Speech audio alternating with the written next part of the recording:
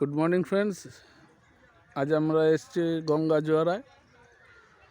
আজকের এর আগেও যে দাদা ভাইকে দেখতে পাচ্ছেন, এনার বাবাও দীর্ঘ 40-45 বছর ধরে মাছ চাষের সাথে যুক্ত এবং খুব নামকরা একজন ব্যক্তি, এবং তার ছেলের সাথে আজকের আমাদের একটা সূত্রে আলাপ আলোচনা হয়েছিল। আমাদের এই ভেস্টিজের রেডিয়েট টু প্রোডাক্ট দেখতে পাচ্ছেন এখানে, এই প্রোডাক্টের উপর মেসোমশাই একসময় চাষ করেছিল এবং একটা রেজাল্ট পেয়েছে, এবং নিম আমাদের ভেস্টিজে দেখতে পাচ্ছেন, এবং এই দাদাও আমাদের এই প্রোডাক্ট ব্যবহার করছেন। খুব কম করে হলো 50 বিঘে জমি হবে তো দাদা মাছ চাষ? হ্যাঁ, আচ্ছা আচ্ছা।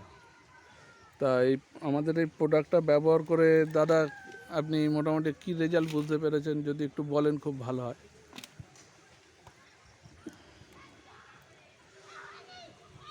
যে মাছের ক্ষেত্রে তাদের কালার ফাংশন বলুন, মাছের গায়ে যে একটা লালা ভাব থাকে, সেইটা কি অন্য মানে যে আগের থেকে যে একটু আমরা এখানে খালের জল যেটা তোলা হয়, হ্যাঁ তো সবসময় খালের জল তোলা হয়, তার ফলে পোকাটা তাড়াতাড়ি লাগে।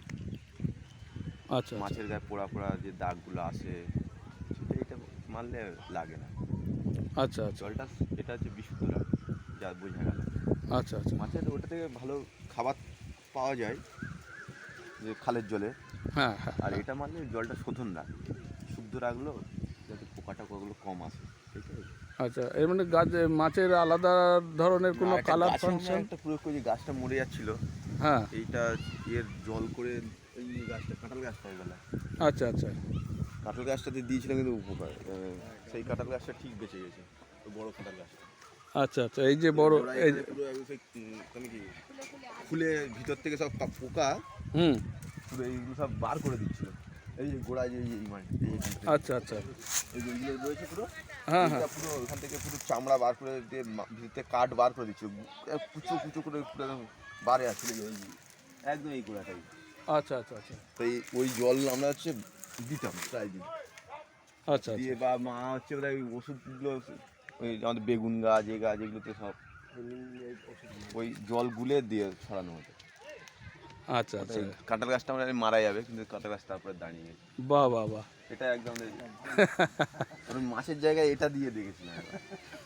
আমি ওই মাছের যে হাঁড়িতে জল দিলাম লাস্টে একটুখানি এনে আর ঢেলে ঢেলে ঢেলে দিতাম। তাহলে এই গল্পটা একটু মানুষজনদের সাথে কথা যায় কি না, একটু বলা তো যায়?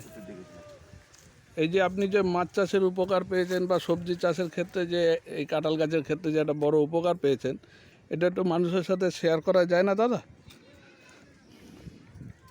শেয়ার মানে এখানে আমাদের এখানে বিভিন্ন জন বিভিন্ন পদ্ধতিতে করে, তো তাকে কি বলবো, বোঝাতে গেলে সে আর উল্টো সেটা আমরা জানি। দরকার কার ভালো বলবে, ভালো বোঝা গভর্নমেন্টই ইয়ে হচ্ছে।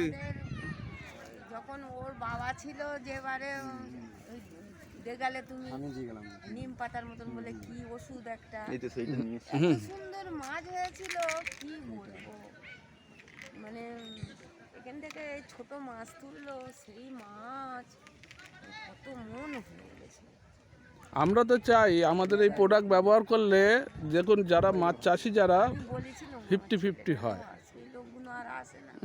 ডিম ফেলবি তারপরে এসেছিলাম তারপরে আর দীর্ঘদিন আসা হলো না। ওই আমার একটু বলবেন আত্মীয় স্বজনরা যদি থাকে, আমরা এটাই চাই যে মানুষের কম খরচায় যাতে ভালো উপকার করতে পারি। প্রেস্টিজের এই প্রোডাক্টগুলো আমাদের একদম দারুণ চাষ। খাবার তো